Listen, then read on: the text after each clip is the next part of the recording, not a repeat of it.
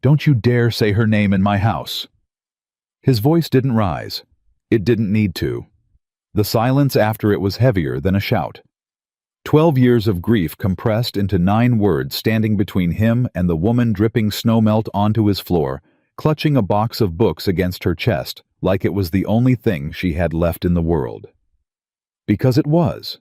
She didn't flinch. She didn't apologize. She looked at him and said, "I didn't come here to stay. I came here to survive the night." And Nathan Cole, who had sworn on Sarah's grave that he would never let another soul through that door, stepped back and let her in. If this story moves, you subscribe to our channel and follow every part to the end. Drop a comment and tell us what city you're watching from. I want to see how far this story has traveled. Nathan Cole did not sleep on the night of December 3rd, 1884. He hadn't slept well in 10 years. But this night was different. This night, the wind came in from the north like something angry and personal rattling the windows of the ranch house. The way it only did in the deepest part of winter. The kind of cold that didn't just settle into the walls, but pressed itself against your chest until breathing felt like work. He was sitting at the kitchen table with a cup of coffee gone cold when he heard it. A knock. 3 times. Slow, deliberate. Like whoever was on the other side had already decided they weren't leaving. Nathan didn't move right away. Strangers didn't come to Cole Ranch after dark. Not in December, not in this kind of weather. The road from town was nearly impassable by mid-afternoon on a bad day, and today had been a very bad day. He set down his cup, stood slowly, crossed the room and opened the door. The woman standing on his porch was soaked through her coat, her dark hair plastered against her face by the wind, her lips pale from the cold. She was holding a battered leather bag in one hand and a wooden crate pressed against her side, with the other arm protecting it the way a person protects something they can't afford to lose. She looked at him with steady eyes. Not afraid, not desperate, just resolved. "I'm not here to cause trouble," she said. Her voice was quieter than he expected. Steady. "My wagon broke an axle about 2 miles back. The storm's getting worse. I need somewhere to wait it out just until morning. I'll be gone before you need to ask me twice." Nathan looked at her for a long moment. He looked at the crate. Books. He could see the spines through the slats, worn edges, well read. He looked back at her face. There was something in her eyes he recognized. Not the cold, not the exhaustion. Something older than that. Something that had learned not to ask for things because asking usually ended in disappointment. He knew that look. He'd worn it for a decade. "Come inside," he said, and he stepped back from the door. Her name was Evelyn Harper. She told him this while she stood near the fireplace, still in her wet coat, because she hadn't been invited to take it off, and she wasn't the kind of woman who presumed. Nathan noticed that too. He noticed things. It was a habit he'd never been able to break, no matter how hard he tried to stop caring about the details of other people. He handed her a wool blanket from the chest near the wall. He didn't say anything. She took it without making it into something. No excessive gratitude, no awkward fussing. Just a quiet nod, and then she wrapped it around her shoulders and sat in the chair nearest the fire. He put a pot of coffee on. "Where are you headed?" he asked, not because he was particularly interested, but because the silence was the kind that needed filling. "Willow Creek," she said. "I have a teaching position starting after New Year's." "You came out from the east, Ohio." He set 2 cups on the table and poured without asking if she wanted any. She accepted the cup and wrapped both hands around it. "You live here alone?" she asked. The question wasn't intrusive. She asked it the way a person takes stock of a room, practically not nosily. "Yes," he said. She nodded like that answered something beyond the words. They sat in silence for a while. Not uncomfortable silence. Just the silence of 2 people who had both learned that words cost something and weren't going to spend them carelessly. Outside, the storm picked up. The wind became something close to a howl. Evelyn looked toward the window, once, then looked away. "I'll sleep in the barn if that's easier," she said. "No." Nathan said. You won't. She looked at him. There's a room down the hall, he said. It hasn't been used in a while, but it's clean. You can have it. She studied him for a moment, the way someone looks at an unexpected kindness when they've learned to be suspicious of unexpected things. Thank you, she said finally. I mean that. It's just a room, Nathan said. Don't make it more than it is. Jen, he didn't sleep at all that night. He sat at the kitchen table until the fire burned low, then built it back up and sat some more. He could hear the storm raging outside, ice now hitting the windows in hard little bursts. And somewhere beneath that sound, he was aware of another person breathing in his house. It had been a long time since that was true. Too long. He told himself it didn't matter. He told himself it was temporary. He told himself a lot of things that night, sitting in the dark with his cold coffee and his older, colder grief. By morning, the storm had buried the road completely. Nathan had already been up 2 hours by the time Evelyn came out of the back room fully dressed, her hair pinned back, carrying her leather bag like she was prepared to leave immediately. She took one look at the snow outside the window and said nothing for a moment. Then, how long? Hard to say, Nathan admitted. Day. Maybe 2. The North Road doesn't get cleared until Hendricks comes through with his team, and Hendricks won't go out in this. Evelyn set her bag down on the kitchen chair. Not dramatically, just quietly, the way a person adjusts to a situation they can't control. I'll earn my keep, she said simply. Tell me what needs doing. Nathan looked at her. Most people who got stranded at Cole Ranch, it had happened twice before both times. Travelers spent the time anxious and complaining and asking questions he didn't want to answer. They treated the delay like something being done to them. Evelyn treated it like weather. You don't have to do anything, he said. I know I don't have to, she said. I want to. He looked at her for another moment, then turned to the stove. Coffee's on, he said. Breakfast after. She moved into the kitchen without being asked twice and started pulling things from the shelves with efficient, practiced movements, flour, salt, the tin of lard he kept near the back. She didn't ask where things were. She looked until she found them. Nathan watched her out of the corner of his eye while he fed the stove. He told himself he was just making sure she didn't break anything. His foreman, a man named Dix Bowman, came in from the bunkhouse mid-morning with ice on his beard and a look of profound annoyance at the weather.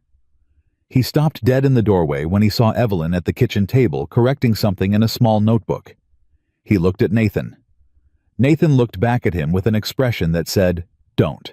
Dix was a big man, broad shoulders, 20 years of outdoor work carved into his face, and he had an expressive face that he'd never learned to control.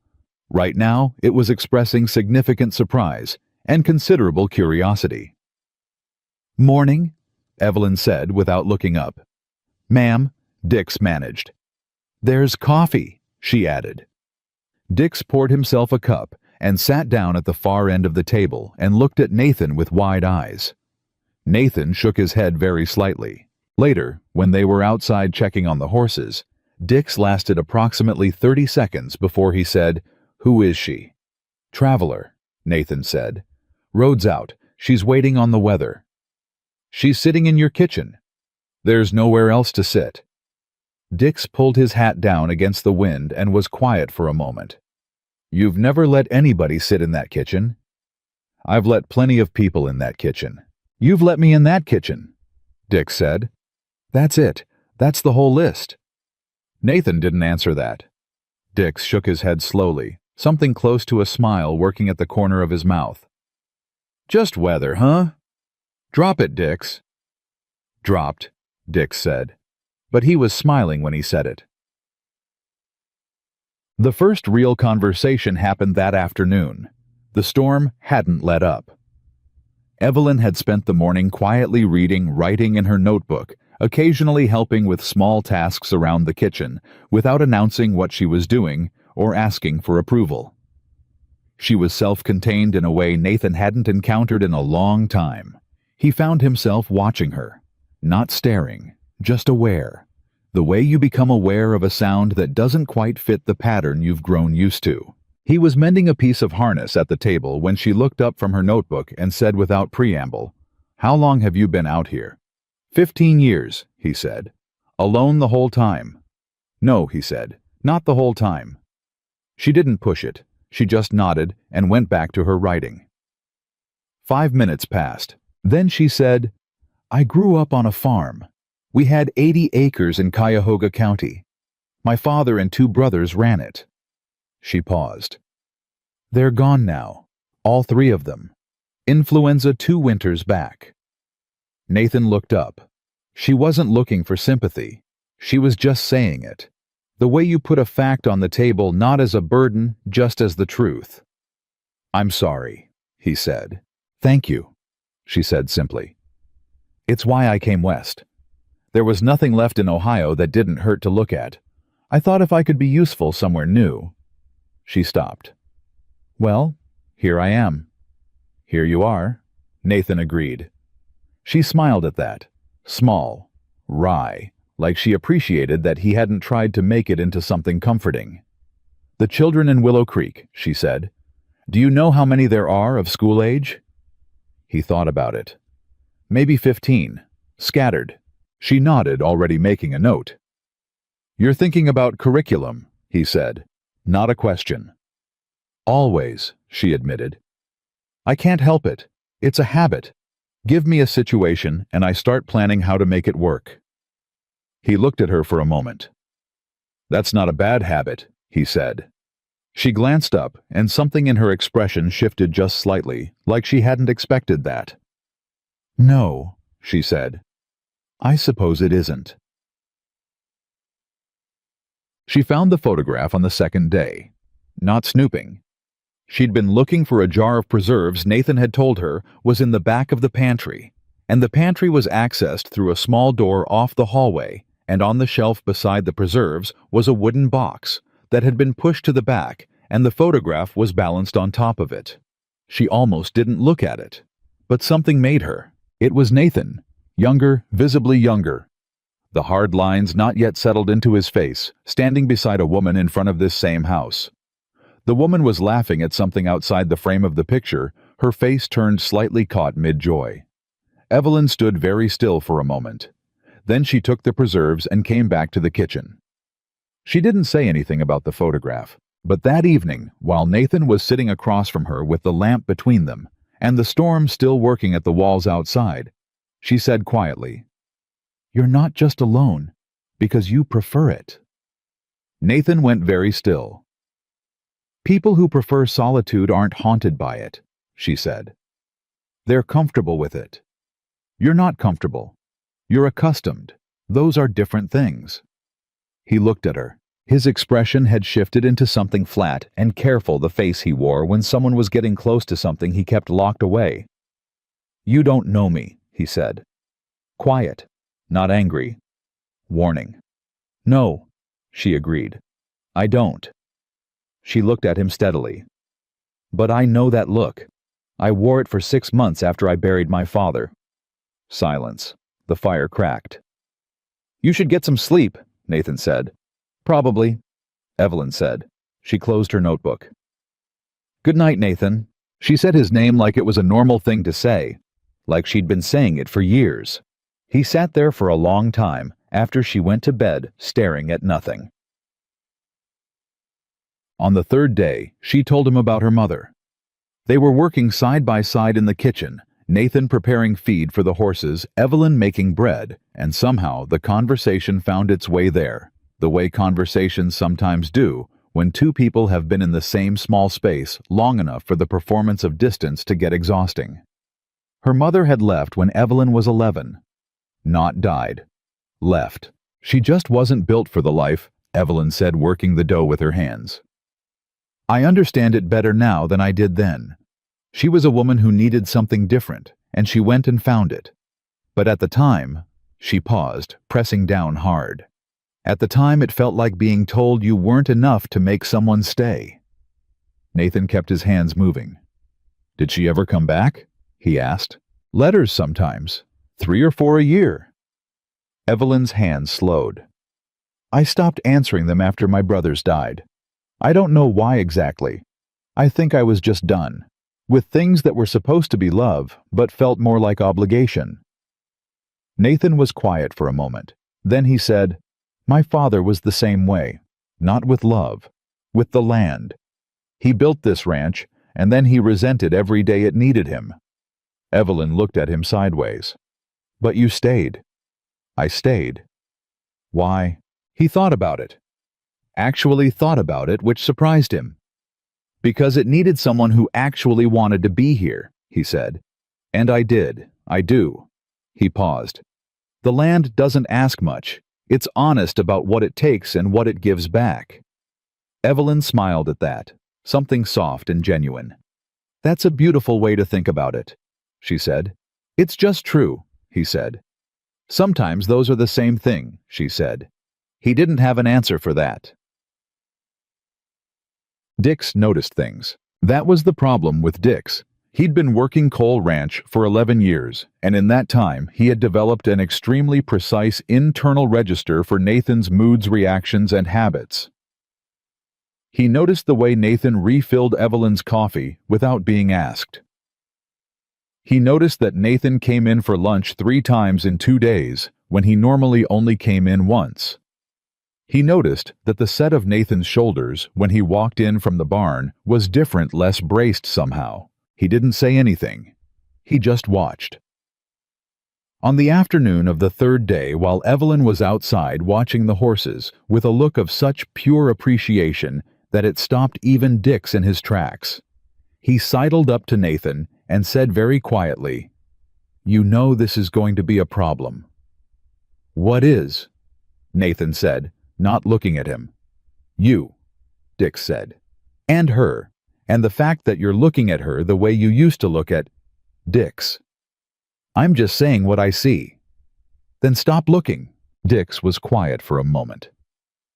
I just don't want you to do what you did last time, he said. Build a wall so fast and so tall that you can't see over it anymore. Nathan turned to look at him. Dix met his gaze steadily. She's a stranger, Nathan said. She'll be gone when the road clears. Maybe, Dix said. Or maybe not everything that comes to your door in a storm is meant to pass through. Nathan walked away from that conversation, but he didn't forget it. The road cleared on the morning of the 4th day. Evelyn came out of the back room, already dressed. Her leather bag packed the wool blanket folded on the bed, with the kind of care that meant she'd been raised to leave things better than she found them. She put her bag by the door. Nathan was at the table. Road's passable, he said. Dix can drive you into town. I know, she said. I heard the horses. She stood in the middle of the kitchen and looked around at once, not longingly, just taking stock the way she'd done when she arrived. Thank you, she said, for taking in a stranger. It would have been cruel not to, Nathan said. She smiled at that. Most people find good reasons to be cruel when it's inconvenient not to be. He looked at her. She picked up her bag. I hope the spring is good to you, she said. To the ranch, to the cattle.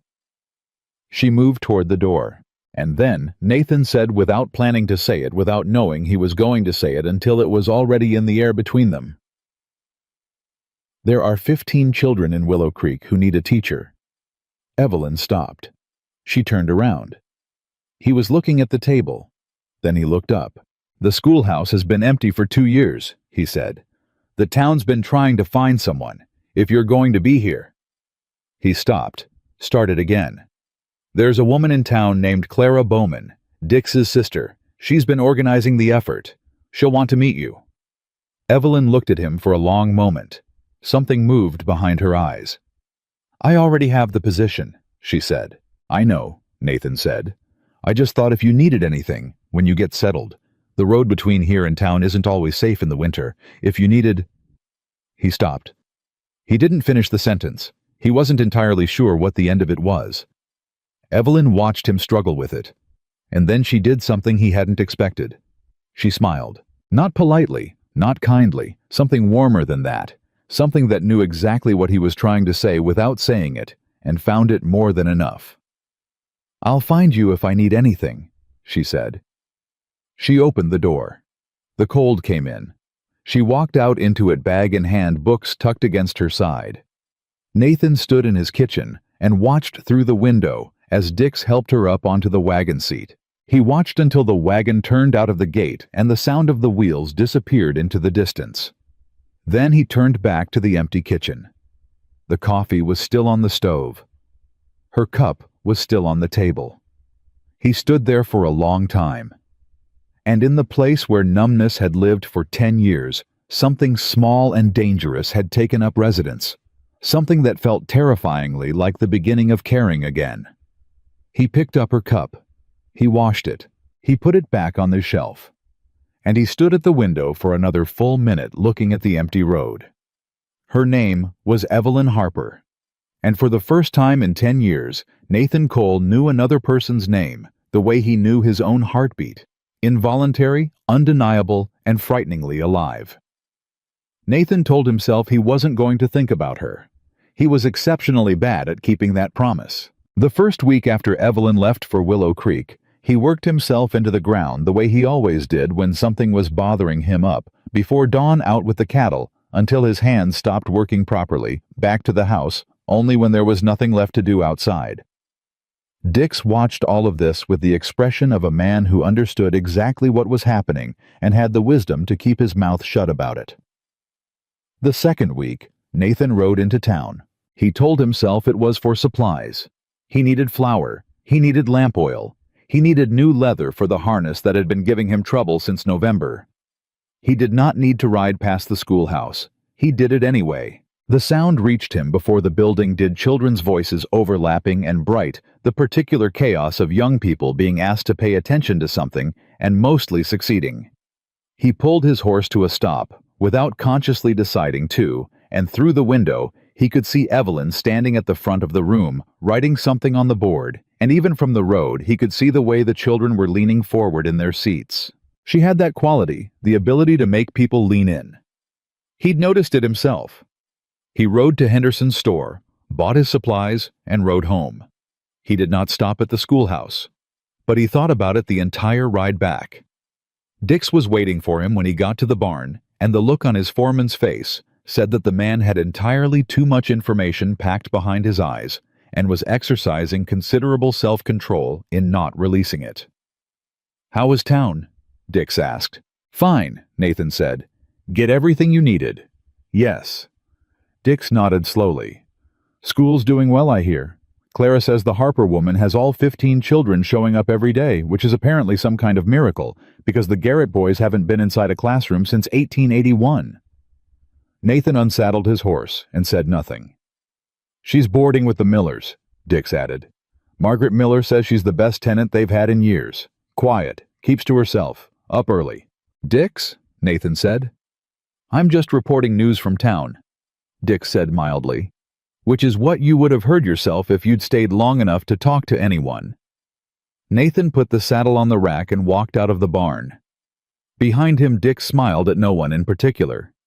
The third week, Evelyn came to him. She arrived on a Tuesday afternoon, riding the Miller's old bay mare, with a confidence that said she'd been riding her whole life, and a directness of purpose that said she hadn't come because she was passing by.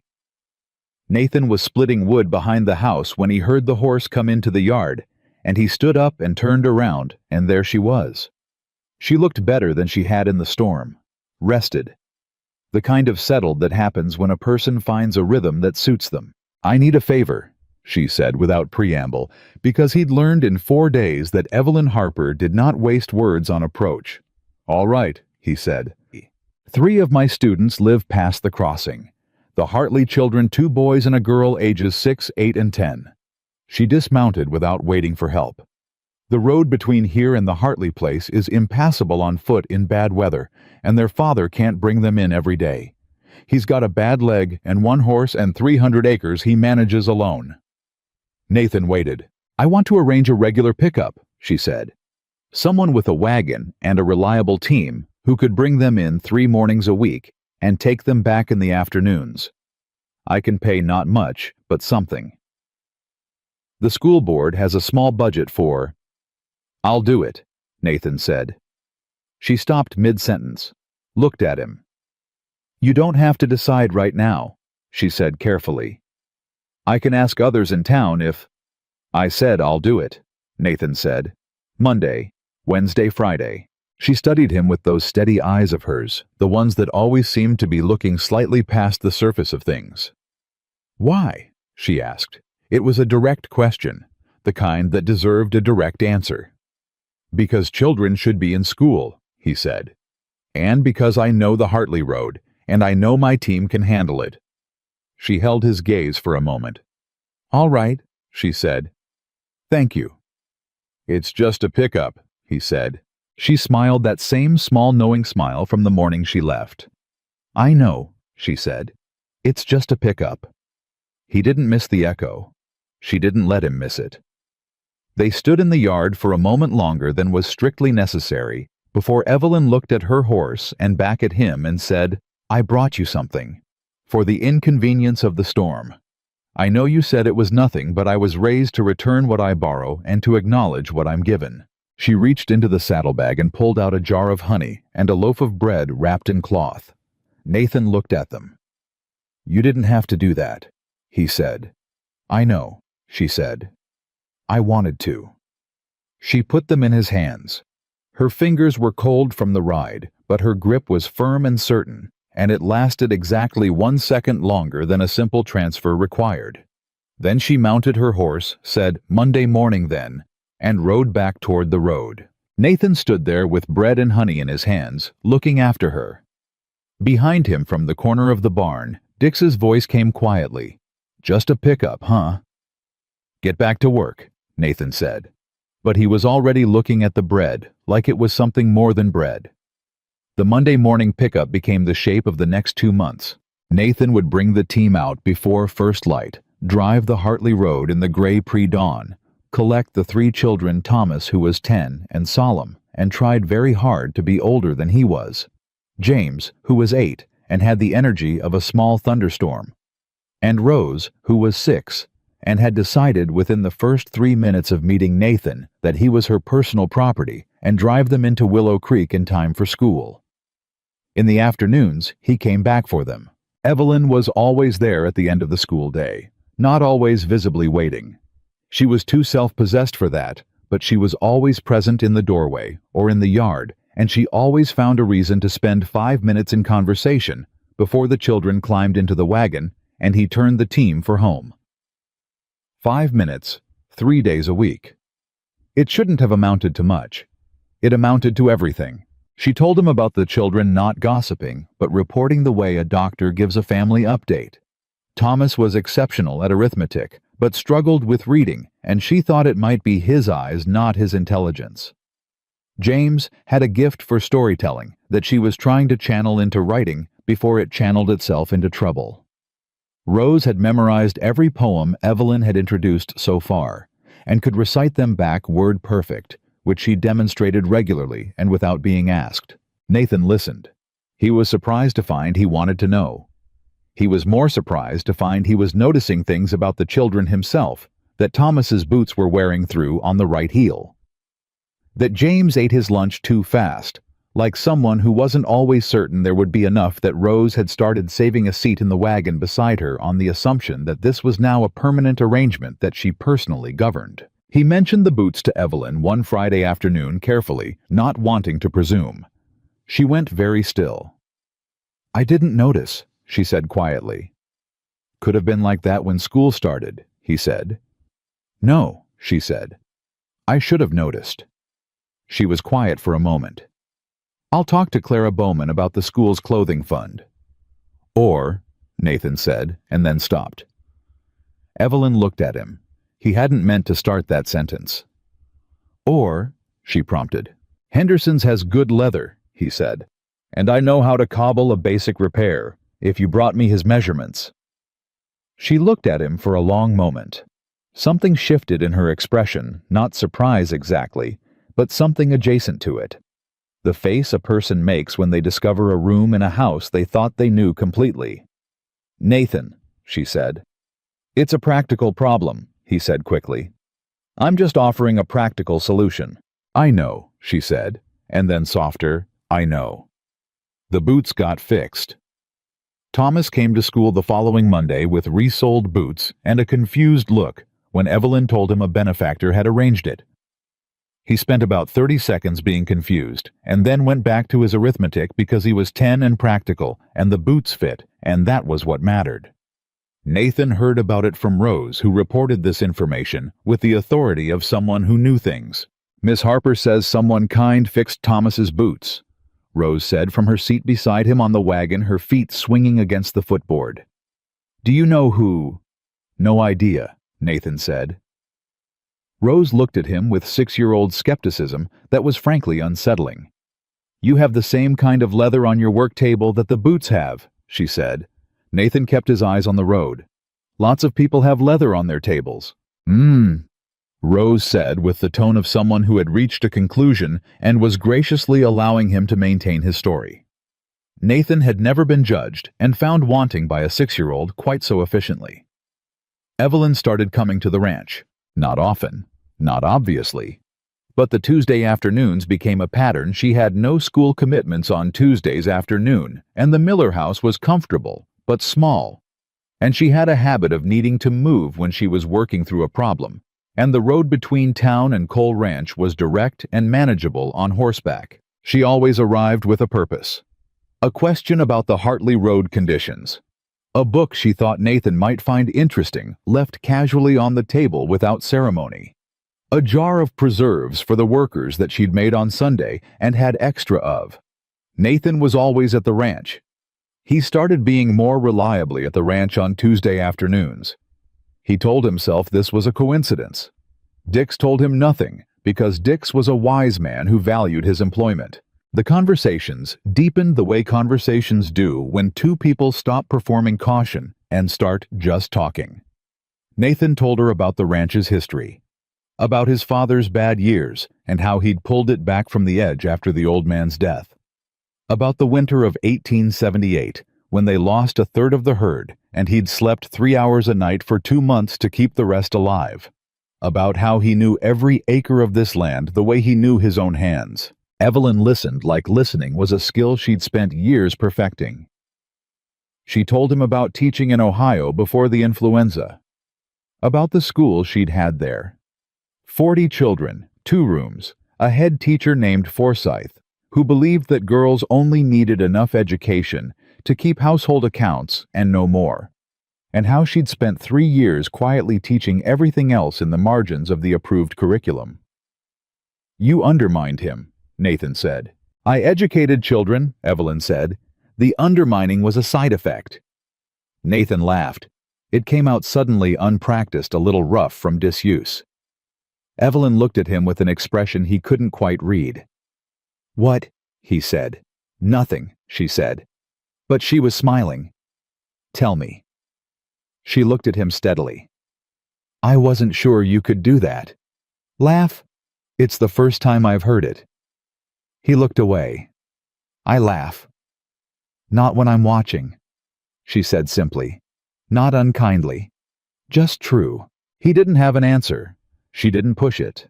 But that night, sitting alone in the kitchen, Nathan became aware that the laugh had surprised him too, that it had arrived without his permission, that it had felt for one unguarded second like something he remembered from before. That was when he understood he was in trouble. The trouble arrived fully formed 2 weeks later, on the first genuinely warm afternoon of February, when the snow had pulled back enough to make the outdoors feel like a promise. Evelyn came on her usual Tuesday. She came in, set her bag down, accepted the cup of coffee Nathan put in front of her, and was silent for longer than usual. Nathan waited. He'd learned to wait with her. She processed things fully before she spoke them, and the processing had a particular quality, a stillness that wasn't absence, but concentration. "Margaret Miller told me something this morning," she said finally. Nathan sat down. "She told me about a woman named Sarah," Evelyn said. She wasn't looking at him. She was looking at the table. She said you were going to be married 12 years ago, and that she died in a riding accident on the North Road in December.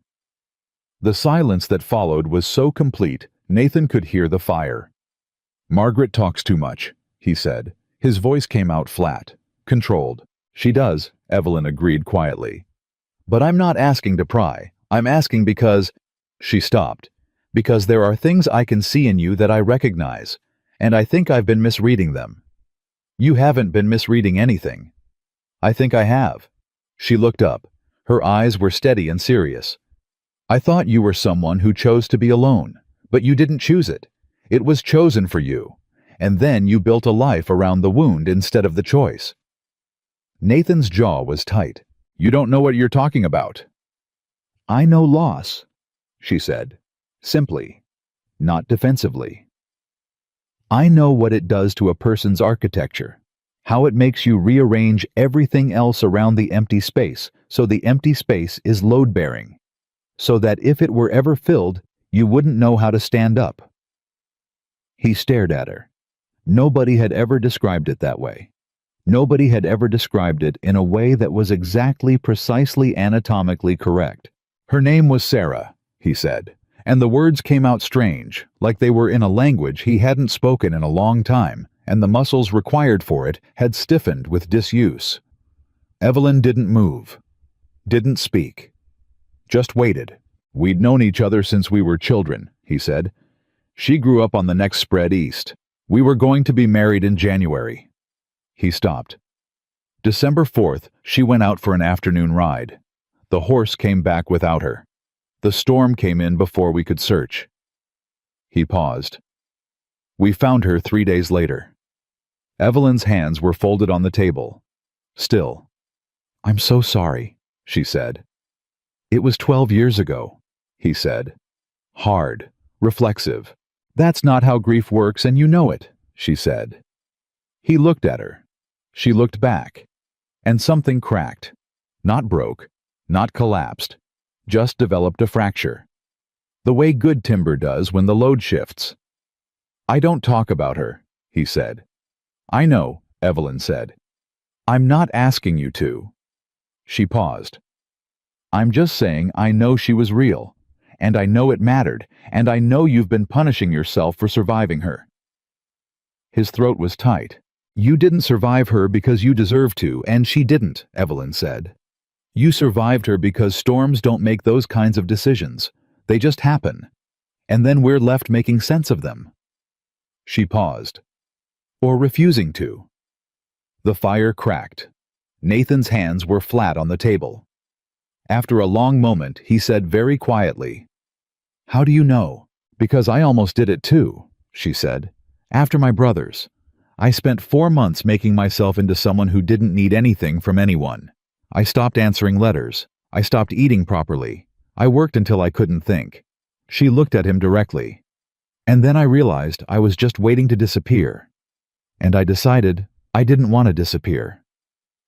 So you came west, he said. So I came west, she agreed. Another silence, different from the ones before it. Her name was Sarah, Nathan said again, different this time, like he was testing whether it still hurt the same way. It did, but it hurt differently than it had for 12 years, like something alive instead of something dead. Evelyn reached across the table. She didn't take his hand. She just placed her hand near his, close enough that he could feel the warmth without it being a claim on anything. She sounds like she was someone worth loving, Evelyn said. Nathan looked at her hand. He looked at her face. He didn't say anything, but he didn't move away either. They sat like that for a long time, while the fire burned and the afternoon light shifted, and outside on the road a hawk called once and went quiet. When Evelyn finally stood to leave, Nathan walked her to the horse. At the gate she turned. Nathan, she said. He looked at her. The wound doesn't have to be the architecture forever, she said. That's all I'm saying. She rode out. He stood at the gate. The afternoon was going gold around him, the kind of late winter light that carries the first rumor of spring in it, and Nathan Cole stood in that light and felt something he hadn't felt in a long time. Not happiness. Not yet. Not even close.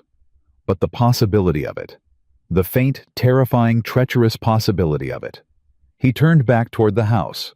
He stopped at the kitchen table. He sat down. And for the first time in 12 years, he said her name out loud to the empty room, Sarah.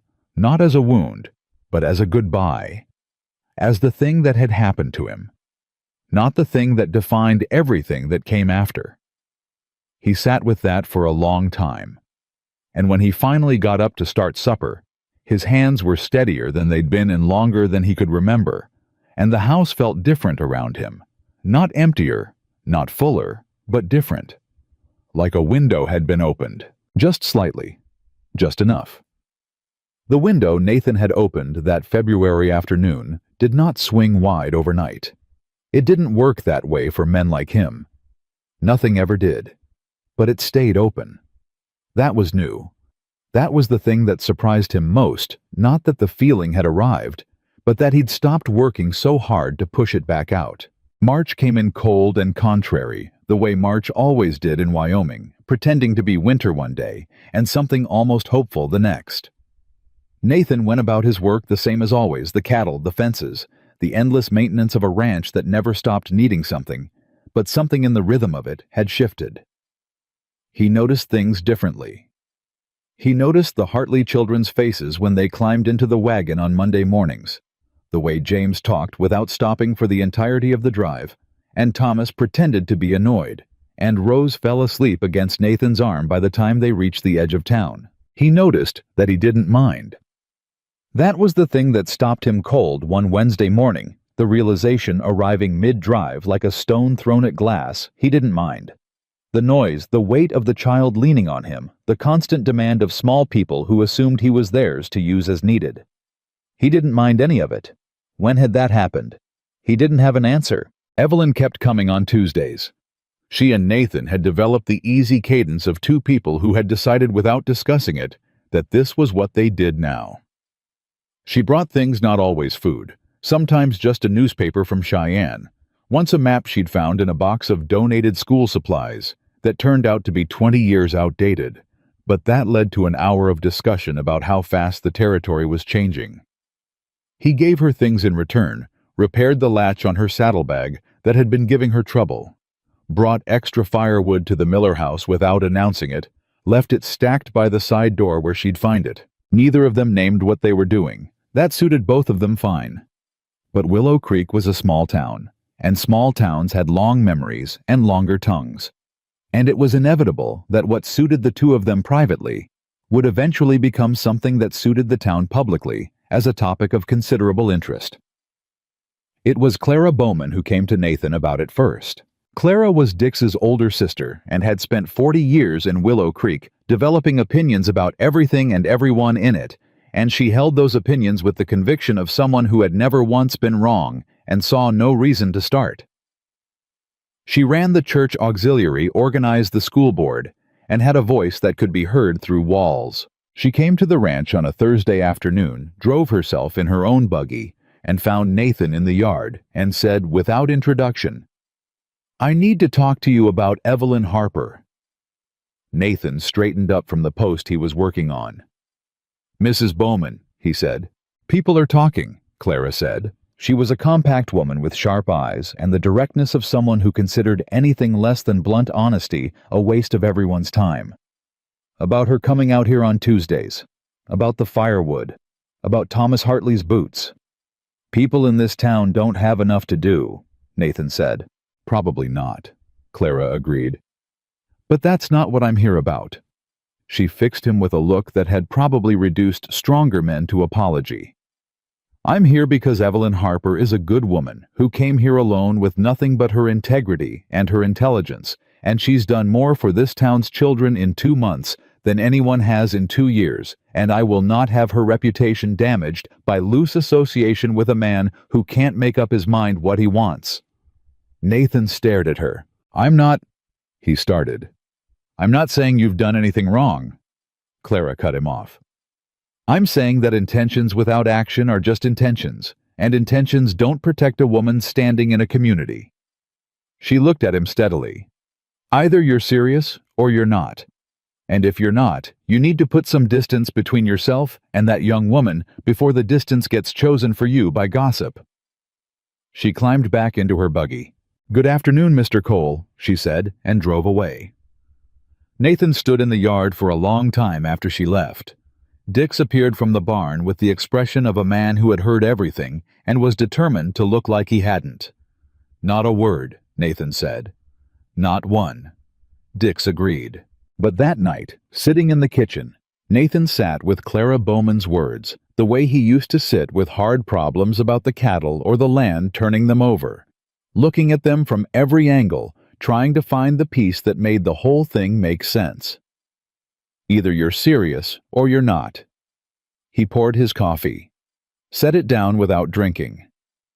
He was serious. The knowledge arrived without fanfare, without the dramatic interior revelation he might have expected. Just a quiet, flat certainty, like finding solid ground after a long time on uncertain footing. He was serious. The question was whether he was brave enough to be serious out loud. He didn't sleep well that night either. But it was a different kind of sleeplessness than the one he'd lived with for 12 years. That one had been bleak. This one was loud, full of things he was trying to work out arguments with himself. The sound of Evelyn's voice, saying, "The wound doesn't have to be the architecture forever." He was still working it out when the news came in from the north on a Friday morning that changed everything. Walt Garfield rode in fast, just before noon. His horse lathered his face tight, with the particular expression of a man carrying bad news at speed. Garfield ran a mid-sized spread 8 miles north of Cole Ranch and had always been a reliable man, not given to drama, not given to urgency, without cause. So when he pulled up in Nathan's yard and said, "There's trouble at the crossing," Nathan was already moving toward the barn before Garfield finished the sentence. "What kind of trouble?" Nathan said, throwing his saddle on his horse. "Settlement family," Garfield said. "Came in from Nebraska trying to get to the Pearson Valley land. 6 of them. Their wagon went through the ice at Hanson Creek. 2 adults, 4 children. Got them out, but they're in bad shape. 3 of them can't walk. The youngest is maybe 4 years old and not responsive. Madsen and his boy have them on the bank, but the creek's still going and the temperature's dropping, and they need." "Go to town," Nathan said. "Get Doc Waverly. Get blankets from the church hall. Tell Waverly I'll have them at Miller's barn within 2 hours. The roads—" "I know the road," Nathan said. "Go." Garfield went. Nathan finished saddling in 40 seconds and was out of the yard in under a minute. Dix caught him at the gate. "I'm coming. Stay with the ranch." "Nathan." "Someone has to manage things here if I don't come back before dark," Nathan said. "Stay." He rode north hard. The Hanson Creek crossing was treacherous in March. The ice looked solid and frequently wasn't, and more than one traveler had learned that lesson the expensive way. The Pearson family, he learned their name from Madsen when he arrived at the scene, had learned it the most expensive way possible. Their wagon was in the creek. Their horses were gone, and the 6 of them were spread across the bank in varying states of collapse, shaking so hard from the cold that 2 of the older children had bitten through their lips. The youngest, a girl, maybe 4, small enough that Nathan could have carried her in one arm, was unconscious. He didn't let himself think about what that meant. He picked her up, wrapped her in his own coat, and started organizing the rest of them the way he organized everything systematically, without panic, one problem at a time. The father, a big man named Cord Pearson, had a broken arm from the fall and was white-faced with pain, but still standing and still thinking clearly, which meant Nathan could use him. "Can you ride?" Nathan asked. Cord Pearson looked at his arm. "Have to. Yes or no?" "Yes," the man said through his teeth. "Good." Nathan pointed at the 2 older children boys of maybe 8 and 12. "Those 2 go up with you. 1 in front, 1 behind. Don't stop. Cole Ranch is 3 miles south. You'll see the gate. Tell my foreman Dix that I sent you. He'll know what to do." Cord Pearson didn't argue, didn't ask questions. He got on the horse, Nathan provided Madsen's spare, and managed to get the 2 boys situated and moved out. The mother, a woman named Hattie, had a dislocated shoulder and a head wound that was still bleeding, and the look of someone operating entirely on the other side of pain and functioning on pure maternal instinct. She was holding the third child, a boy of about 6, and refusing to put him down. "I'll carry the girl," Nathan told her. "You take my horse. I'll carry her and walk." Hattie looked at her unconscious daughter in Nathan's arms. "She's alive," the woman whispered. "She's breathing," Nathan said. "We need to get her warm. Let's move." They moved. Nathan walked 2 miles in the March cold, with the Pearson girl in his arms, talking to her the entire time. Not because he knew if she could hear him, but because silence felt wrong, felt like giving up, and Nathan Cole had never learned how to give up. "You're all right," he told her quietly, steadily while he walked. "You're going to be all right. I've got you. Nobody's letting go." He'd said those words before, a long time ago, in the snow. He pushed that away and kept walking. The child's breathing steadied somewhere in the second mile. Not fully, not cleanly, but steadier than it had been. He felt it against his chest, and something in him unlocked 1 degree. He was halfway between the creek and town when he met Evelyn on the road. She was coming toward him on the bay mare, riding hard. A pack of blankets slung across the saddle in front of her, and she pulled up when she saw him and took in the entire situation. In about 2 seconds, the child in his arms, his missing coat, the exhaustion in his face that he hadn't allowed himself to feel yet.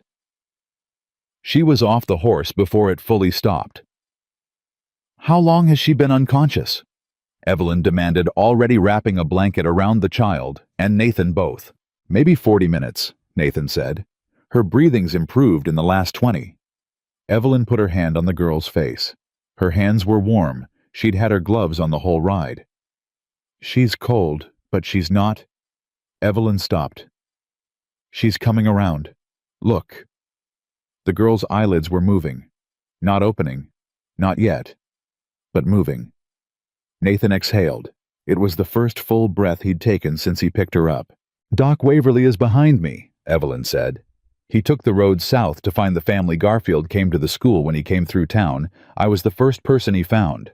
I told him where you'd most likely bring them." She looked at Nathan directly. "I knew you'd come from the north. I knew you'd be on foot if you had a child." "How did you know that?" he said. "Because I know you," she said simply. There was no room in the middle of a crisis to sit with what that meant. But he sat with it anyway, briefly like a man, briefly touching something warm, when the rest of the world is cold. Doc Waverly arrived within minutes. The Pearson girl, her name they learned, was Lily. Opened her eyes while Waverly was examining her, looked at the ring of faces above her and said, "Where's my daddy?" in a voice like gravel and rust, and Hattie Pearson made a sound that was not a word in any language, but that everyone understood perfectly. The Pearsons ended up at Nathan's ranch for 4 days. Cord Pearson's arm was set by Waverly. Hattie's shoulder was manipulated back into place, a procedure during which she did not make a single sound, which raised Nathan's estimation of her considerably. The 3 older children were fine after warming up and sleeping for 14 hours. Lily was feverish for 2 days, watched over in rotating shifts by Hattie and by Evelyn, who came out every morning and stayed until evening. On the second night, Nathan found Evelyn sitting in the chair beside Lily's bed at midnight, still awake reading by lamplight while the child slept. "You should sleep," he said. "I will," she said. "Soon." He leaned against the doorframe. "You didn't have to do this," he said. She looked up. "You did. It's my ranch." "It's your kindness," she said. "The ranch is incidental." He looked at her for a moment.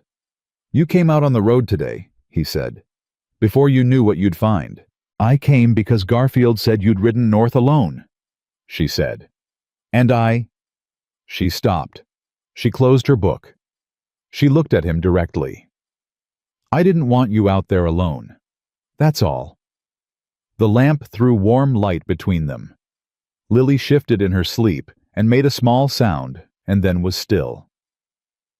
"Evelyn," Nathan said. "Don't," she said quietly. Not harshly, not frightened, just carefully. Don't what? Don't say something you're not ready to say, she said. I'm not going anywhere. There's no hurry. He looked at her. How do you do that? He said. Do what? Say exactly the right thing. She smiled at that tired, genuine, a little rueful. I say a lot of wrong things too. You just haven't been around for those yet. I'd like to be, he said. The words came out quiet, unplanned, but certain. Evelyn went very still. She looked at him with those serious, steady eyes. Nathan, I know, he said. I know it's not the time, and you just told me not to. No, she said. That's not. She stood up. She crossed the room. She stopped about 2 feet from him, close enough that he could see the exhaustion and the warmth, and something else in her face. Something that had been there for a while. He understood now that he had been carefully not looking at directly, because looking at it directly would have required him to do something about it. I've been hoping you'd say something like that for about 6 weeks, she said. He stared at her. She looked at him with perfect composure. I'm a patient woman, she said, but I am not infinitely patient. Something broke open in his chest. Not painfully, the way spring ice breaks from the inside out when the water underneath has finally warmed enough. He didn't reach for her. Not yet. Not in the middle of the night with a sick child 10 feet away and 4 displaced settlers sleeping under his roof, and everything still too new and too raw and too important to rush.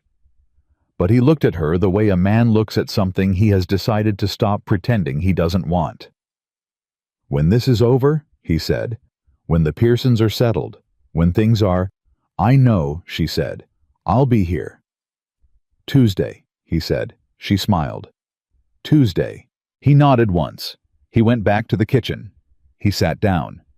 He put both hands flat on the table and looked at them for a long time. 12 years. 12 years of empty Tuesdays, and silence that had weight, and a house he kept clean out of habit rather than hope.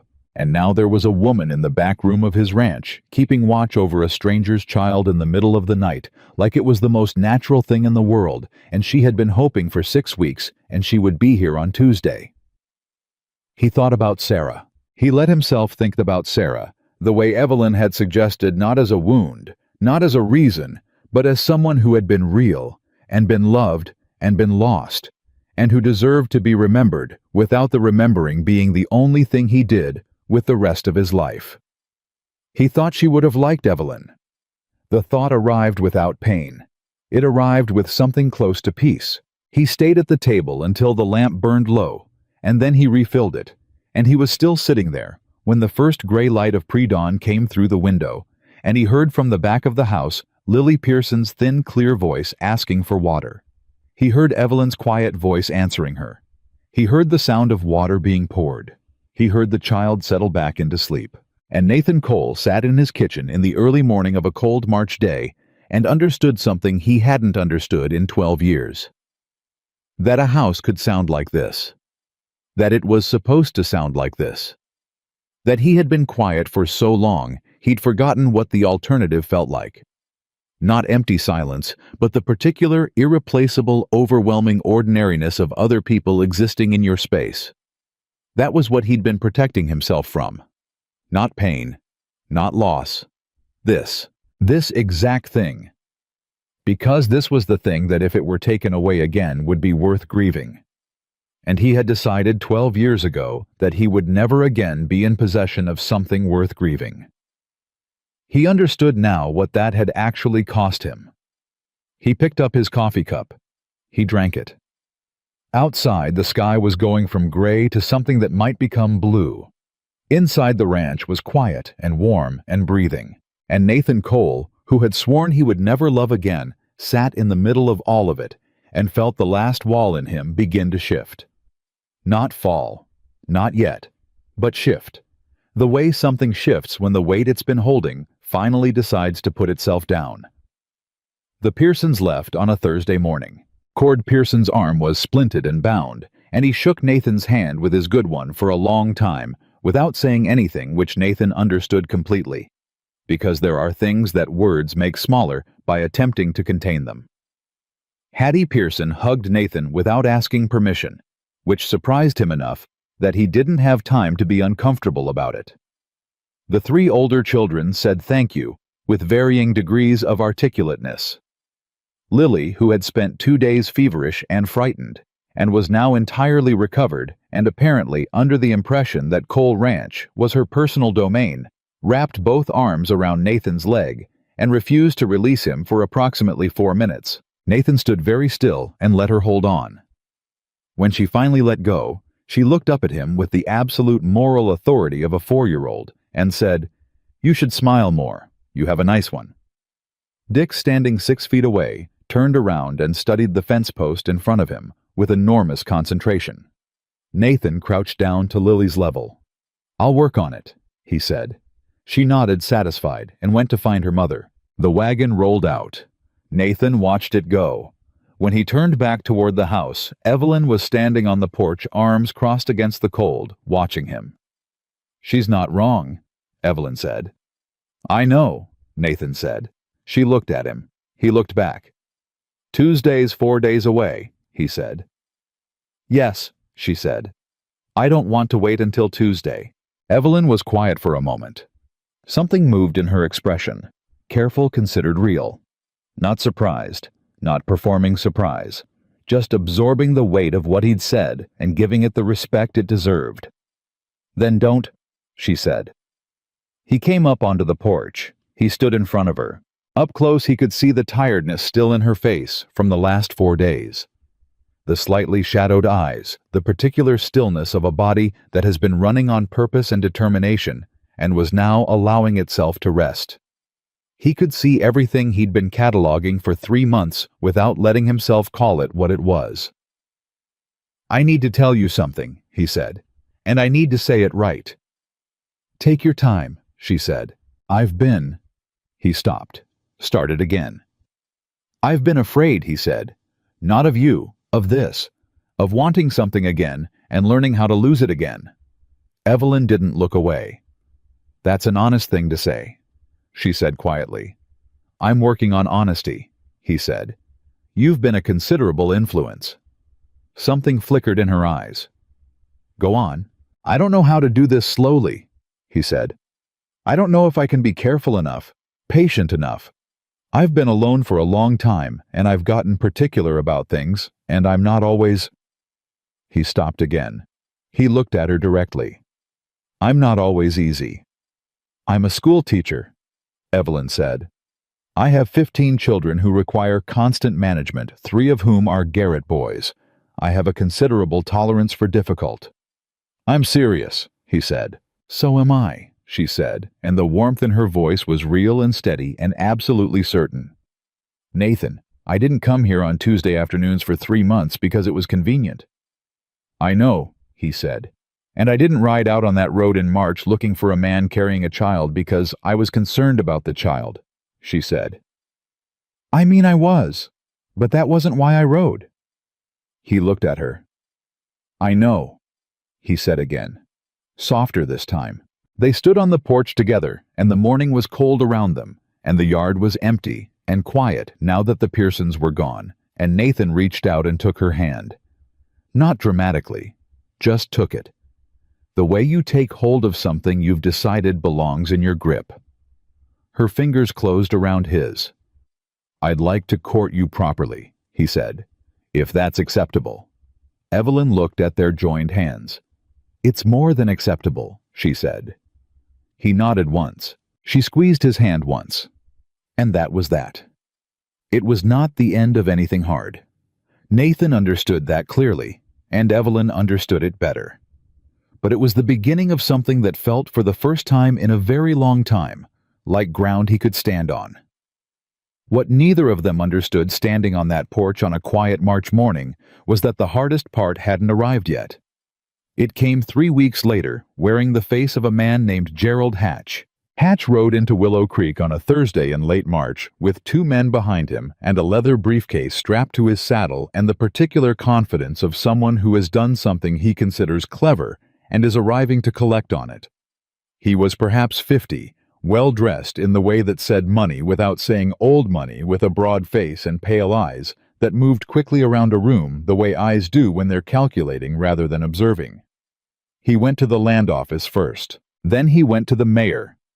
Then, on Friday morning, the mayor came to Cole Ranch with his hat in his hands and a look on his face that Nathan had only seen once before on a man who was about to deliver news that couldn't be made good by delivery. Mayor Aldous Fitch was a decent man, not especially brave, who had been managing Willow Creek for 6 years by keeping everyone reasonably content and avoiding conflict wherever possible.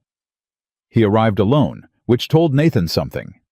Men who came with backup came because they expected resistance. Men who came alone came because they were ashamed of what they had to say. "Nathan," he said, standing in the yard, hat in both hands. "I need to talk to you about your eastern pasture." Nathan went very still. "What about it?" he said. "There's a man in town," Fitch said. "Name of Hatch. He's got papers from the Territorial Land Office. Signed and registered papers." He looked at the hat in his hands. "He's claiming the eastern 40 acres. Says they were registered under a conditional grant in 1879, and the condition was never met." Nathan stared at him.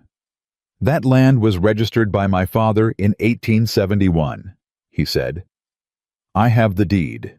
"I know," Fitch said miserably, "but he's got a document that says your father filed for an extension under a homestead improvement clause that was never completed, and that under territorial law—" "That's not what happened," Nathan said. His voice was flat and cold. "My father built on that land in 1872. There was no extension. There was no clause." "I know that's what you believe." "That's what happened," Nathan said. Fitch looked up at him with helpless eyes. "He's got a territorial marshal with him, Nathan, and a lawyer from Cheyenne. This is beyond what the town can manage." Nathan looked at the mayor for a long moment. Then he said, "Get off my property."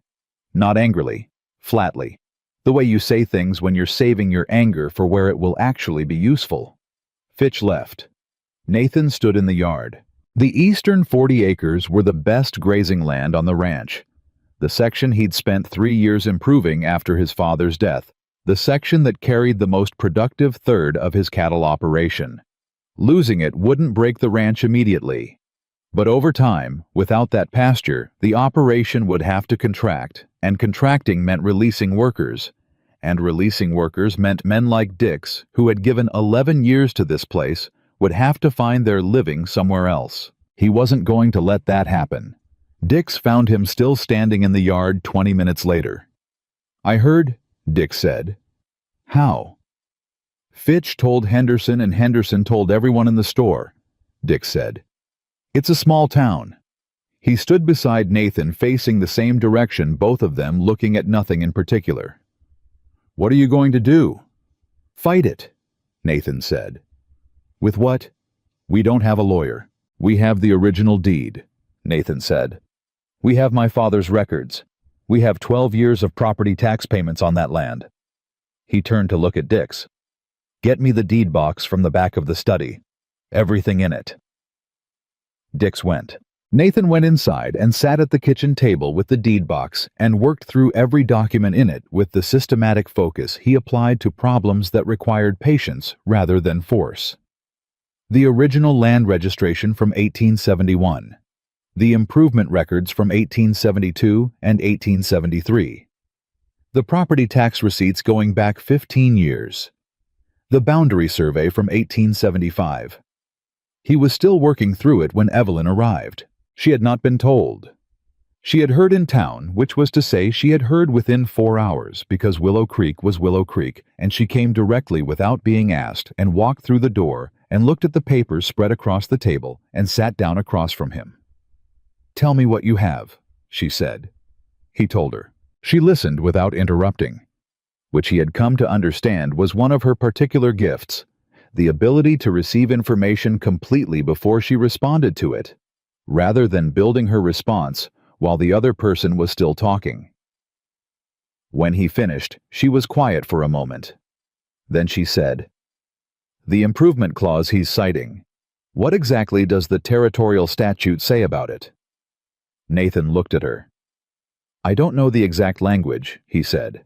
"Then we need to find it," she said, "because the statute is the weapon he's using, and if the statute doesn't say what his lawyer says, it says the whole claim falls apart." "How do you know about territorial statutes?" Nathan said. "I don't," she said. "But I know how arguments are built. You don't attack the conclusion, you attack the premise." She looked at him steadily. "Is there anyone in Cheyenne you can contact? Anyone with access to the territorial records?" "So, there's a man named Patterson," Nathan said slowly. "Territorial registrar. I did him a considerable favor about 4 years ago, involving a lost herd and his son." "Write to him tonight," Evelyn said. "Not about the statute, ask him for a complete copy of your father's original registration file. Everything they have. If Hatch's lawyer is building his case on a document in that file, you need to see the original and not the interpretation." Nathan looked at her. "That's—" He stopped. "What?" she said. "That's exactly right," he said. She held his gaze. "I know." He wrote the letter that night. But Hatch didn't wait for letters. On Saturday morning, Hatch himself came to Cole Ranch. He came alone, which Nathan found interesting. Men who came with lawyers and marshals and briefcases generally did not come alone to the property they were trying to claim. Coming alone meant one of two things, confidence or an offer. It was an offer.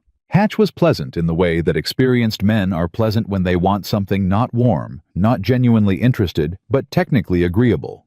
Smooth in the way that comes from long practice at getting what he wanted, from people who didn't want to give it. He stood in Nathan's yard and said without particular preamble, "I'm not an unreasonable man, Mr. Cole. The law is what it is, but I have some flexibility in how I pursue it." "Say what you mean," Nathan said. "I mean that legal proceedings are expensive and slow and bad for everyone involved," Hatch said. "And I mean that I have specific interest in this particular parcel for development purposes, but I'm not inflexible on price." He paused. "I'm prepared to offer you a settlement figure for the Eastern 40 that reflects its current assessed value plus a 20% premium. You'd walk away with cash in hand and no legal entanglement." Nathan looked at him. "You want me to sell you land that's already mine," he said. "I want to resolve a legal ambiguity in a way that benefits both parties," Hatch said. "There's no ambiguity," Nathan said. "There's your claim and there's my deed. Those aren't the same thing as ambiguity." Hatch's pleasant expression thinned at the edges. "Mr. Cole, I have a territorial marshal and a Cheyenne lawyer and a registered document. I don't need your agreement to proceed." "Then why are you here?" Nathan said. Hatch looked at him for a moment. "Because proceedings take time," he said. "And during proceedings, the land in question is typically placed in administrative hold, which means you can't graze it, can't improve it, can't use it for anything while the matter is settled. That could take a year, maybe 2. He paused. 2 summers without your eastern pasture would be significant. It was a threat wrapped in arithmetic. Nathan understood that clearly. "Get off my property," Nathan said. Hatch left, but his words stayed. Nathan sat with the arithmetic and knew it was accurate. 2 summers without the eastern pasture would mean reducing the herd by roughly a third. Reducing the herd meant releasing 2 of his 5 ranch hands. It meant Dix taking a wage cut. It meant the ranch surviving, but not the same way it had survived before.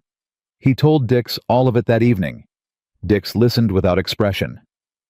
"So what do we do?" Dix asked. "We fight it," Nathan said, "even if it costs us the 2 years." "It's my father's land," Nathan said. "He built it, and I kept it. And nobody with a briefcase and a forged clause is going to take it because I was too tired to fight." Dix looked at him for a moment. "All right," he said simply. "Then we fight." What Nathan did not tell Dix, what he told no one, was that Hatch had said something else before he left. Something quiet, almost offhand, in the way that the most dangerous things are said. He had said, "I understand you've developed a friendship with the schoolteacher. Miss Harper, is it? It would be unfortunate if her position here became complicated by association with a contested legal matter. Small towns have long memories about people who get tangled in property disputes. Nathan had not responded to that. He had watched Hatch ride out of the yard, and he had stood very still for a long time afterward, and what moved through him in that stillness was not the cold rage of a man being threatened, but something colder and more dangerous, the focused clarity of a man who now understood exactly what he was dealing with. Hatch wasn't just after the land. He was after leverage. He was after a way to make Nathan settle quickly and quietly. And he had correctly identified the one thing that Nathan would do almost anything to protect, which meant Evelyn was in this now whether she knew it or not. He had to tell her. He almost didn't. That was the honest truth of it. He sat with the knowledge for a full day and wrestled with the old instinct, the one that had kept him alone and self-sufficient for 12 years, the one that said, "Handle it yourself. Don't pull anyone else into your problems. Protect people by keeping your distance from them." It was Evelyn who dismantled that argument, and she did it without knowing she was doing it on Sunday afternoon, when she came to the ranch to bring him the Patterson letter she'd helped him draft, and found him sitting at the kitchen table with the stillness of a man who was working very hard at managing something internal. She looked at him. She sat down. She said, "What else happened?" He looked at her. "He mentioned you," Nathan said. The air in the room changed. He told her exactly what Hatch had said. He didn't soften it. He didn't frame it carefully. She deserved the whole thing unedited. Evelyn sat with it. Her face was still, but her eyes were moving, processing, calculating the same focused intelligence she applied to a difficult student, or a complex text applied now to a man's attempt to use her as a weapon against someone she cared about. When she spoke, her voice was level. "He thinks you'll fold to protect me," she said. "Yes," Nathan said.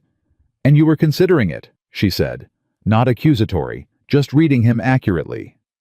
"For about a day," he admitted. She looked at him steadily. "Don't." "Evelyn, don't," she said again, firmer. "I am not a weakness to be managed. I'm not something that needs to be kept at a safe distance so I don't get damaged." She leaned forward slightly. "I came to Wyoming alone with a bag and a box of books, and nothing else, Nathan. I have managed difficult men and difficult situations my entire life. Gerald Hatch threatening my position does not frighten me." "It should concern you," he said. "It does concern me," she said. "But there's a significant difference between something that concerns me and something that makes me want you to fight less hard." She held his gaze. "Fight hard. I'll handle whatever comes at me." He looked at her. "You are the most—" he started. "I know," she said. And she smiled, sudden and genuine, and a little fierce. "That's why you like me." Something broke loose in his chest that was warm and completely involuntary. "Yes," he said. "It is." The Patterson letter went out Monday morning. The response came back 9 days later, which was fast enough to suggest that Patterson had moved it to the top of his pile, which confirmed that the favor involving his son had made a lasting impression. The response was 11 pages. Nathan read it once quickly, then again slowly, then sat back and breathed for the first time in 9 days. He sent for Evelyn. She arrived in 40 minutes, which suggested she'd been in the middle of a lesson and left anyway, which she confirmed without apology when she came through the door, and he handed her the letter. She read it in silence. Her face as she read went through several things. Concentration, then understanding, then something sharp and satisfied. She looked up. "His document is a forgery," she said. "The improvement clause he cited was added to the Territorial Code in 1882, Nathan said. "My father's registration was 1871. The clause didn't exist when my father filed." "It can't legally be applied retroactively," Evelyn said. "And Patterson's records show no extension was ever filed under any clause because the clause didn't exist yet." She set the letter down. "His lawyer knows this." "His lawyer is betting I don't," Nathan said. "Then we need to correct that bet," Evelyn said. "Publicly." She had a plan. Nathan had learned that Evelyn having a plan was not a casual thing. It was thorough, methodical, and had a particular quality of having anticipated the counter-arguments before they were raised. The plan involved Clara Bowman, who knew every soul in Willow Creek, and whose opinion carried the weight of a small government. It involved the school board, 3 of whose members were also cattle ranchers, who had their own reasons to be uncomfortable with a Cheyenne land speculator establishing precedent in the territory. And it involved a town meeting which Evelyn proposed, and Clara organized, and which took place on a Wednesday evening in the church hall, with every lantern lit and every seat filled, and Gerald Hatch in the second row, with his lawyer and his territorial marshal, and the expression of a man beginning to understand that he had miscalculated. Nathan did not speak at the meeting. Evelyn did. She stood at the front of the room with Patterson's letter and a calm, precise voice, and walked the town through exactly what the claim said, what the law actually said, and what the gap between those two things meant for anyone in Willow Creek who held land under a pre-1882 registration, which was most of them.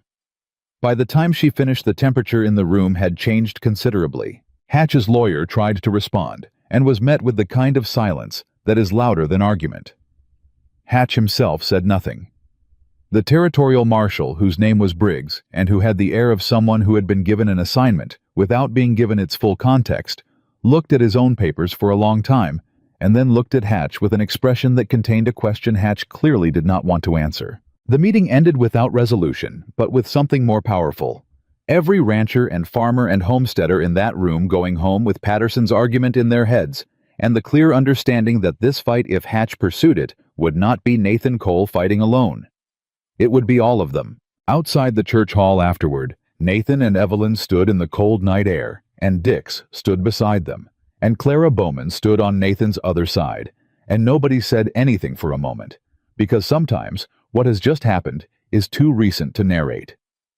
Then Clara said, "Well, Miss Harper, I owe you an apology." Evelyn looked at her. "I came to Nathan several weeks ago and suggested he needed to make up his mind about you before your reputation suffered," Clara said. She had the manner of someone who did not enjoy admitting error, but was constitutionally incapable of withholding it. "I implied you were something that needed protecting." "Mrs. Bowman," Evelyn said carefully. "I was wrong," Clara said. "You're not something that needs protecting. You're something this town needed." Evelyn looked at her for a moment. Then she said, "I think we probably both needed each other." Clara made a sound that was not quite a laugh, but was in the same family. She went home. Dix went to get the horses. Nathan and Evelyn stood in the dark and the cold, and Nathan looked at her profile against the lamplight spilling from the church windows, and he thought about what she'd done in there, not fought for him exactly, but fought beside him, which was entirely different and infinitely better. "You didn't have to do that," he said. "I know," she said, for the 100th time. "You keep doing things you don't have to do," he said. She turned to look at him. "So do you," she said.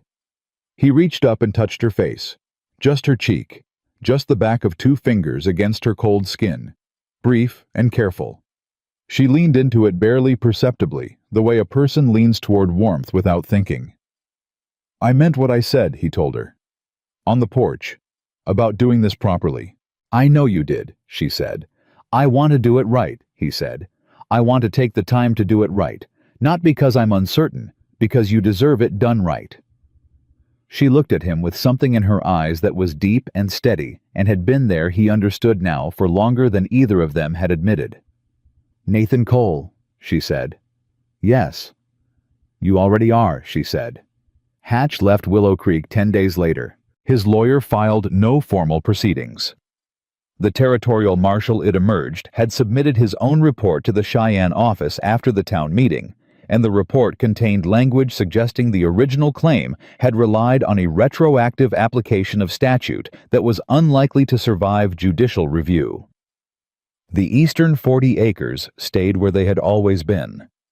Nathan's land. His father's land. His. The morning Dix confirmed that Hatch's team had packed up and gone, Nathan walked out to the eastern pasture and stood in the middle of it for a while without any specific purpose, just standing in his own grass, feeling the solid fact of the ground under his feet. He thought about his father. He thought about the years of work that had gone into this place, not just his, but the old man's before him, imperfect and difficult as he'd been. He thought about what it meant to keep something, to actually keep it. Not just hold it, not just maintain it in its current state, but actively choose it every day against everything that tried to take it. He thought about Evelyn. He turned and walked back toward the house. She was on the porch. She had taken to coming in the mornings now before school for coffee, which had developed from a Tuesday-only arrangement into something that happened most days and which neither of them had formally agreed to, but which had simply become the shape of things. He came up onto the porch. He stood in front of her. She looked at him with those steady eyes, and she had a cup of coffee in both hands, and her hair was still down because it was early and she hadn't pinned it yet, and she looked at him waiting for whatever he was going to say. He said, "I want you to stay." She didn't move. "Not just mornings," he said. "Not just Tuesdays. I want—" He stopped, said it plainly without performance. "I want to build something with you. Here. I want this to be yours too." The cold morning was around them. Inside the stove was going, and the coffee was hot, and the house was warm. Evelyn looked at him for a long moment. Her eyes were bright. "I thought you wanted to do this slowly," she said. "I do," he said. "I'm not talking about tomorrow. I'm talking about direction." She looked down at her coffee. She looked back up. "I've been thinking about direction too," she said quietly. "And—" She looked at him with a directness that never failed to make him feel simultaneously seen and shaken. "I think this is where I was supposed to end up," she said. "When I left Ohio with my bag and my books and nothing else. I think this was the direction, I just didn't know it yet." He reached out and took the coffee cup from her hands and set it on the porch rail. He took her hands in his. They were cold. They were always cold in the mornings. He held them and looked at her, and she looked back at him, and it was nothing like the drowning feeling he'd been afraid of all these years. It was the opposite of drowning. It was the feeling of finally finding the surface after a very long time underwater. "I'd like to ask you something properly," he said. "When the time is right. If you'll let me." "I'll let you," she said. Her voice was steady and certain and a little unsteady all at once. He held her hands. She held his back. The morning was cold, and the land was solid under them, and the house was warm behind them, and somewhere inside it, the coffee was going cold on the stove, and neither of them moved to do anything about it. Some things were more important than coffee. Nathan Cole had spent 12 years being very good at choosing the practical over the meaningful. He was done with that. He had said, "When the time is right." He meant it. But he hadn't accounted for how quickly right could arrive when a man stopped arguing with himself about whether he deserved it. April came in warm that year, genuinely warm. Not the false warmth of late March that always pulled back into cold just when you started believing it. The kind of April that meant something. Nathan felt it in the cattle, in the way they moved differently in the pasture, in the particular quality of the morning air that said winter was done, arguing, and had finally conceded the point. He felt it in himself, too. The ranch had a different sound in April. Dix and the hands moved with more energy. The horses were restless and full of opinions. Even the house seemed to breathe differently, and Nathan understood that the house had actually been breathing differently for weeks, ever since the mornings became a thing, ever since Evelyn's coffee cup had taken up permanent residence on the second shelf, and her extra shawl had appeared on the hook by the door without either of them acknowledging it. She was here most mornings now, some evenings. The space between them had narrowed to something that wasn't quite contact, but was close enough that its absence had become noticeable. Nathan would be working at the table, and she would pass behind his chair to get to the kitchen, and the proximity of her would register in his shoulders before his mind caught up. She would be reading on the other side of the room, and he would look up from whatever he was doing, and she would already be looking at him, and neither of them would say anything, and both of them would go back to what they were doing. Dix said nothing about any of this. Dix had become extraordinarily good at saying nothing. It was Rose Hartley who forced the issue. She did it the way 6-year-olds force issues without any awareness that there was an issue to force, with the absolute conviction that the thing she was saying was simply true and required no supporting argument. It was a Monday morning in the second week of April. Nathan had the team out, had collected all 3 Hartley children, and was on the road to town with Rose in her customary position, wedged against his arm. Thomas was quiet in the back, doing something with a piece of rope. James was talking about a hawk he'd seen, the story growing considerably with each telling. Rose, who had been uncharacteristically silent for about 3 minutes, looked up at Nathan and said, "Are you going to marry Miss Harper?" Nathan's hands tightened on the reins. James stopped talking about the hawk. Thomas looked up from his rope. Nathan said carefully, "That's a private matter, Rose." "Clara Bowman says you are," Rose said with the serenity of someone citing an impeccable source. "She told my mama. She said it was about time and that the whole town was waiting. Clara Bowman," Nathan said, "should find a new hobby. She also said you were the stubbornest man in Wyoming territory." Rose added helpfully. Thomas, who was 10 and understood slightly more about the situation, said, "Rose, what he is. Clara said it like it was a good thing." Nathan looked at the road ahead. "Miss Harper is," he started. "She likes you very much," Rose said. "I can tell because she smiles different when you come. Not her school smile. Her other one." Nathan said nothing. James, who had been processing all of this, said, "I think you should marry her. She teaches us poems. Poems are very long. Someone should be nice to her." Nathan kept his eyes on the road, but something had shifted in his chest. He dropped the children at school, and Evelyn was there. She was always there on Monday mornings early, and she said good morning, and handed Thomas his forgotten lunch pail that he'd left the previous Friday. And she looked at Nathan with that particular look, the one Rose had correctly identified as different from the school look. And Nathan looked back at her and thought, "Rose is right. The whole town is waiting." But more than that, he was waiting. He had been waiting for the right moment and the right words, and the right careful approach. And what he understood now, looking at Evelyn Harper standing in the morning light with Thomas's lunch pail, was that the right moment had the tendency to pass while you were busy making sure everything was in order. "I'll come by this evening," he said. Something in her expression shifted. "All right," she said. "I have something I want to say to you," he said. "And I want to say it properly." She looked at him. She looked at him for a long moment with those steady eyes that saw everything and pretended to see less than they did out of courtesy. "I'll be here," she said. He nodded. He drove back to the ranch. He told Dix he needed the afternoon. Dix said, "Finally." Nathan said, "Go fix the south fence." Dix went smiling. Nathan spent the afternoon doing something he had not done in 12 years, which was sit at his father's old writing desk and think carefully about what he wanted to say and how he wanted to say it. He was not a man who wrote things down. He'd always found words easier in the spoken form, direct and unadorned. But he wrote 3 words on a piece of paper and looked at them for a while, and then folded the paper and put it in his pocket, and went to get his good jacket from the back of the wardrobe. He had not worn the good jacket since the last funeral. He put it on. He looked at himself in the mirror above the washstand. He looked like a man getting ready to do something important. He rode into town. Evelyn was on the Miller porch when he arrived.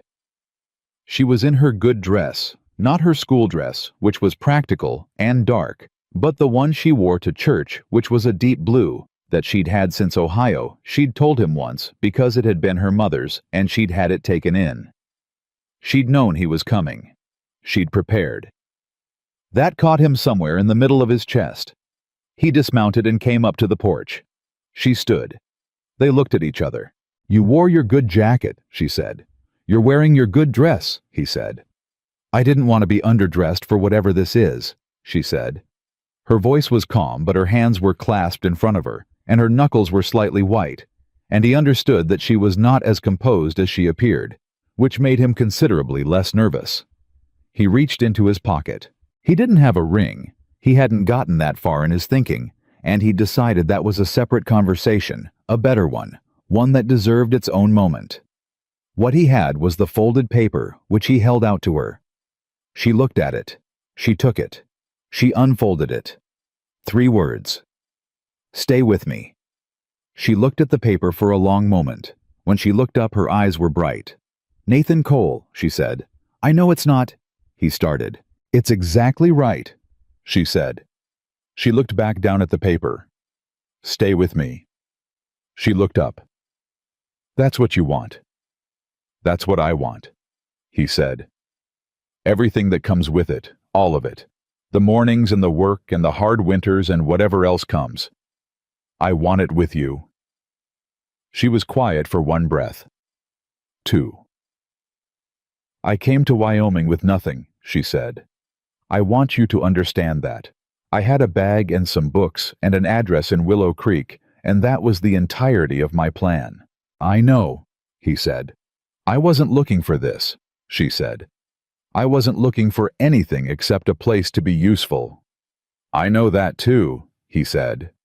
And then you opened your door in a December storm, she said. Her voice was careful and full of something. And you looked at my books. Before you looked at anything else, you looked at the books. And I thought... She stopped. What did you think? He asked quietly. I thought, here is a man who notices the right things, she said. He looked at her. She looked at him. Yes, she said. 1 word. He exhaled. He reached out and she took his hand, and they stood on the Miller porch in the April evening. And neither of them needed to say anything else, because the 1 word had said all of it, had said everything that needed saying for the rest of what was going to be a long and particular and hard-earned life together. What happened after that in Willow Creek happened the way things happen in small towns all at once, and with considerable enthusiasm. Clara Bowman organized the wedding in 4 weeks, and made it look like she hadn't been planning it for months, which fooled no one. The church ladies produced enough food to feed twice the town's population. Dix wore a suit that he had clearly owned since approximately 1870, and that fit him in the way that suits fit men who don't wear suits, which is to say, with honest indifference to convention. The Hartley children came. Thomas wore his Resoled boots and stood very straight. James talked to everyone within reach and told the story of how he'd known all along, citing the boots as his primary evidence. Rose was a flower girl, a role she had apparently been born for performing it with the absolute conviction of someone who had organized this whole sequence of events through sheer force of personality, and was now receiving her due recognition. Lily Pearson was there too. The Pearsons had settled 40 miles north of Willow Creek on the land they'd been heading for, and Cord Pearson had sent a letter in March to let Nathan know they'd made it, and the letter had contained a drawing by Lily that appeared to be a person carrying a child rendered in the confident lines of a 4-year-old who knew exactly what she'd seen. Nathan had pinned it to the wall in the kitchen. Evelyn had seen it there and said nothing, only touched it briefly with 1 finger and gone back to the stove. On the morning of the wedding, Nathan stood in the front room of the ranch house, and Dix tied his cravat for him because Nathan's hands were not quite cooperating, and they both pretended this wasn't happening, and Dix only said 1 thing, which was, "Your father would have liked her." Nathan straightened his collar. "Yes," he said. "He didn't like most people," Dix said. "No," Nathan agreed. "She would have made him work for it," Dix said. "He respected people who made him work." Nathan turned away from the mirror. "Thank you, Dix," he said. "Don't thank me," Dix said. "Just don't stand in your own way anymore." They looked at each other for a moment. 11 years of shared work and shared winters and shared understanding of what this ranch was and what it cost and what it was worth. "I won't," Nathan said. He meant it in a way he never had before. The ceremony was short and the reception was long, and Nathan danced twice, which was 2 more times than he had danced in the previous 12 years combined. He was not a natural dancer. Evelyn was, which meant she spent most of the 2 dances managing them both, which she did with the same efficiency she applied to 15 schoolchildren, and which Nathan submitted to with less resistance than anyone who knew him would have predicted. Clara Bowman danced with Dix. The Garrett boys tried to eat more than their weight in wedding cake and were largely successful.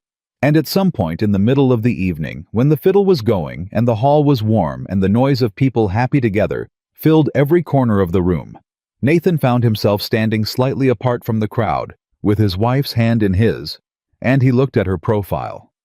She was watching the dancers, her face open and warm and entirely present, and he thought about December. He thought about the knock on the door.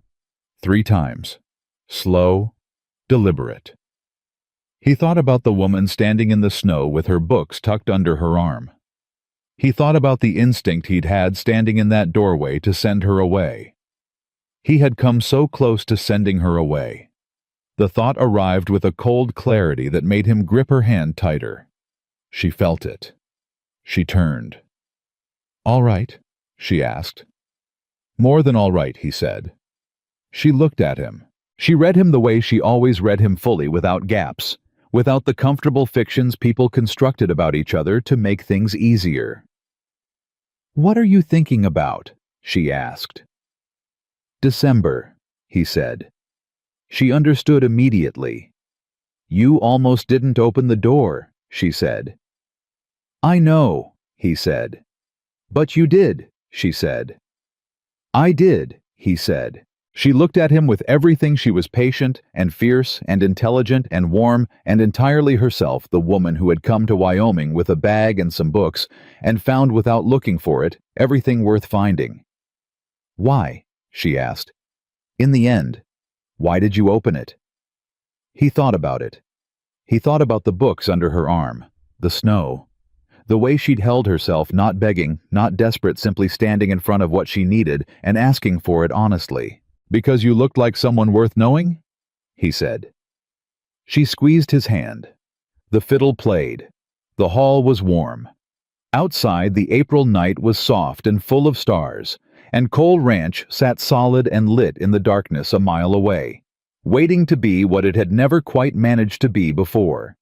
Not just land, not just cattle, not just a name on a deed, but a home in the real sense, the one that requires more than walls and a roof.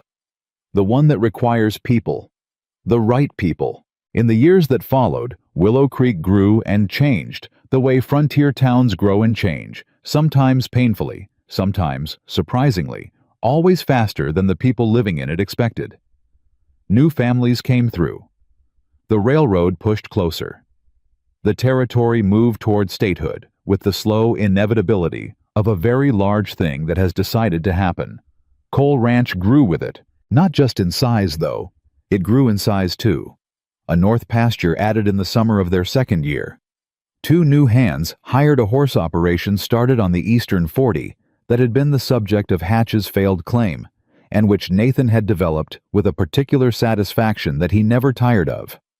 It grew in other ways that mattered more. There was a son in the 2nd year. They named him James, for no reason they stated publicly, and which Dix chose not to investigate because he was a wise man. James Cole arrived in the world with his mother's eyes and his father's jaw, and from the first week of his life, Nathan carried him with the particular focused gentleness of a man who understands clearly what he is holding. There was a daughter 2 years after that. Clara, because Evelyn had decided to honor the debt, and because Clara Bowman sat down and cried when she heard and then pretended she hadn't. The school continued. Evelyn taught through 2 pregnancies with the complete conviction that children who needed teaching did not particularly care about the circumstances of their teacher's personal life. The school board had opinions about this. Evelyn thanked them for their opinions and went on teaching. Nathan, when asked by the school board to intervene, looked at them with a face that suggested this was not a conversation he was interested in having. The school board found other topics. The Hartley children grew up. Thomas's eyesight, which Evelyn had suspected from the beginning, was fitted with spectacles by a traveling doctor. The summer he was 12, and the first time he put them on, he stood very still for a long moment and then said, "Everything has edges." In a voice that was trying very hard to be 12 and not quite managing it. He became a surveyor. He had good eyes for the work. James Hartley became a journalist, which surprised no one who had spent time in a wagon with him. Rose married at 19 and had opinions about her wedding that made Clara Bowman's wedding planning look restrained. Lily Pearson grew up to be a doctor. Nobody who had seen her at 4 years old recovering from near drowning in Nathan Cole's back bedroom while Evelyn Harper kept watch in the lamplight was particularly surprised by this. Dix Bowman stayed. He had always been going to stay.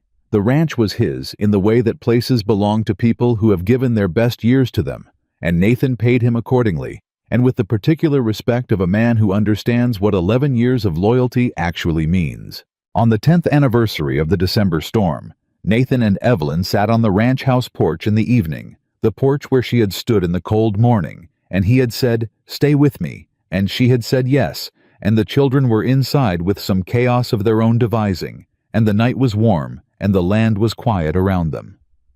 10 years, Evelyn said. 10 years? Nathan agreed. She was leaning against his shoulder. He had his arm around her the way he'd had his arm around her for long enough that its absence would have felt structural, like removing something load-bearing. "Tell me what you were thinking," she said. "When I knocked." "You always ask that," he said. "You always have a different answer," she said. He was quiet for a moment. The night was around them. Inside, one of the children said something, and the other one laughed. James's laugh loud and completely unself-conscious, and then it went quiet again. "I was thinking you were a complication," Nathan said. She said. "I was thinking I should send you to the barn," he said. "You should have," she said. "It would have been entirely reasonable." "I was thinking about your books," he said. "Why you were protecting them." She looked up at him. "And then I thought—" He stopped, said it plainly. "I thought, here is a person who is protecting something that isn't herself. In the middle of a snowstorm, in the middle of losing everything, she's still thinking about what she came here to do." He paused. "I couldn't send a person like that to the barn." Evelyn was quiet. After a moment she said, "I was so tired that night." "I know," he said. "Not just from the road," she said. "From everything. Ohio, the farm, being alone, being afraid, and not being able to stop being afraid." She paused. "And then you opened the door, and you looked at the books, and you said, 'Come inside,' and you didn't make it into anything, you just made room." Her voice was careful. That was the first time in a long time that anyone had simply made room. He held her. She let herself be held. The stars were out over Wyoming, and the land was dark and solid, and exactly itself the way good land always is, and Cole Ranch sat in the middle of it with its lit windows, and its warm kitchen, and its 2 children, and its years, and its stories, no longer a monument to grief, but something entirely different. Something that had been built by 2 wounded people who had decided independently, and then together, that wounds were not the final word on what a person could become, that the cracks were not the end of the structure, that sometimes the place where something broke was exactly where the light got in. Nathan Cole had spent 12 years believing that the safest life was a closed one. Evelyn Harper had spent years believing that she had used up her share of belonging. They had both been wrong. And they had both been right on time. In Willow Creek, people told the story for years after, not as a romance, not as a tragedy redeemed, but as something simpler and more durable than either of those things. They told it as the story of a man who answered a knock in a December storm and a woman who knocked on the right door. And what grew from that, the children, the ranch, the school, the years, the particular life that assembled itself around 2 people who had stopped being afraid of wanting things, was not luck. It was not accident. It was the accumulation of small decisions made by people who had decided every single day to choose the harder and better thing. To stay. To open the door. To make room. The man who swore he would never love again loved so completely and so fully that the love became the architecture of everything around him, the ranch, the family, the town, the life. And when people asked him in later years how he had changed, he always said the same thing. He said, "Someone knocked, and I answered." That was the whole story. That was enough. That was everything.